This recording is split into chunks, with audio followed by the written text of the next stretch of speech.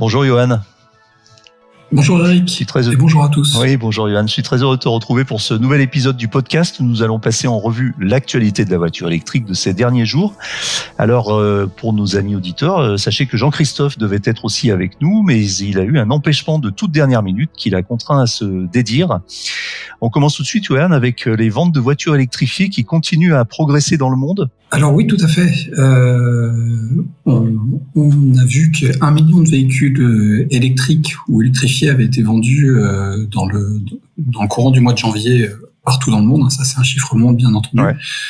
En France, on a à peu près 1 million de véhicules purement électriques, mais sur l'ensemble du parc circulant, donc tout ce qui a été vendu depuis le début, tout ce qui est encore roulant depuis qu'on vend des véhicules électriques. Ouais. Il y a beaucoup d'informations assez contradictoires là, ces derniers temps. On a pu lire par exemple qu'il y avait eu des baisses de vente de véhicules électriques au mois de janvier. Ouais. Ce qui a fait dire à certains, ça y est, l'électrique connaît une faiblesse. C'est la fin. C'est la fin pour l'électrique. Alors oui, c'est la fin pour l'électrique puisque 44% de baisse de vente en électrique en janvier 2024 par rapport à décembre 2023. Mais ce qu'il faut savoir, c'est que de toute façon, le mois de janvier est un mois généralement beaucoup plus faible. En plus, en décembre 2023, il y avait quand même un épiphénomène avec la fin du bonus et des commandes, des immatriculations qui devaient être faites sur certains modèles, donc qui a accéléré la vente de certains modèles en décembre 2023. En fait, si on regarde par rapport aux années précédentes, janvier 2024, c'est 19% de plus que janvier 2023.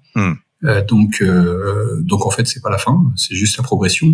Mais effectivement, en janvier, on vend toujours moins qu'en décembre traditionnellement, et donc 2024 n'a pas, il y a pas eu d'écart en 2024 par rapport à cette tendance qui existe depuis des années.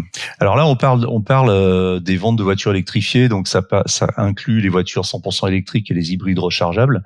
Donc cette part de marché continue à augmenter avec une hausse de 69% au glissement annuel. C'est toujours un peu compliqué, parfois un peu frustrant parce qu'on a du mal à avoir les ventes uniquement d'électriques et uniquement d'hybrides rechargeables. C'est-à-dire que certains constructeurs mélange un peu tout, en tout cas ne sépare pas leurs statistiques, donc c'est difficile d'avoir des statistiques hyper précises. Alors il y a quand même un phénomène effectivement dont on a déjà parlé, c'est notamment la suppression un peu brutale du bonus écologique en Allemagne.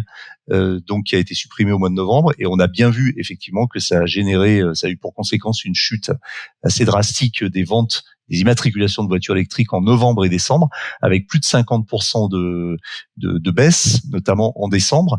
Et puis cette baisse, elle semble un petit peu se confirmer en janvier, puisqu'on a encore une baisse aux alentours de moins 50%. Donc la baisse des bonus marque le pas. Maintenant, est-ce que c'est une baisse durable ? On ne sait pas. On aura l'occasion d'en reparler dans des sujets qui viennent là aujourd'hui. Mais est-ce que les bonus finalement ne sont pas quelque chose un petit peu en trompe-l'œil ? Est-ce qu'ils sont encore réellement utiles au développement de la voiture électrique? Ce sera intéressant de voir ce qui va se passer en Allemagne dans les prochains mois pour voir si le marché se ressaisit ou si la baisse de vente d'immatriculation de voitures électriques se confirme. J'ai tendance à croire que ça va remonter un petit peu.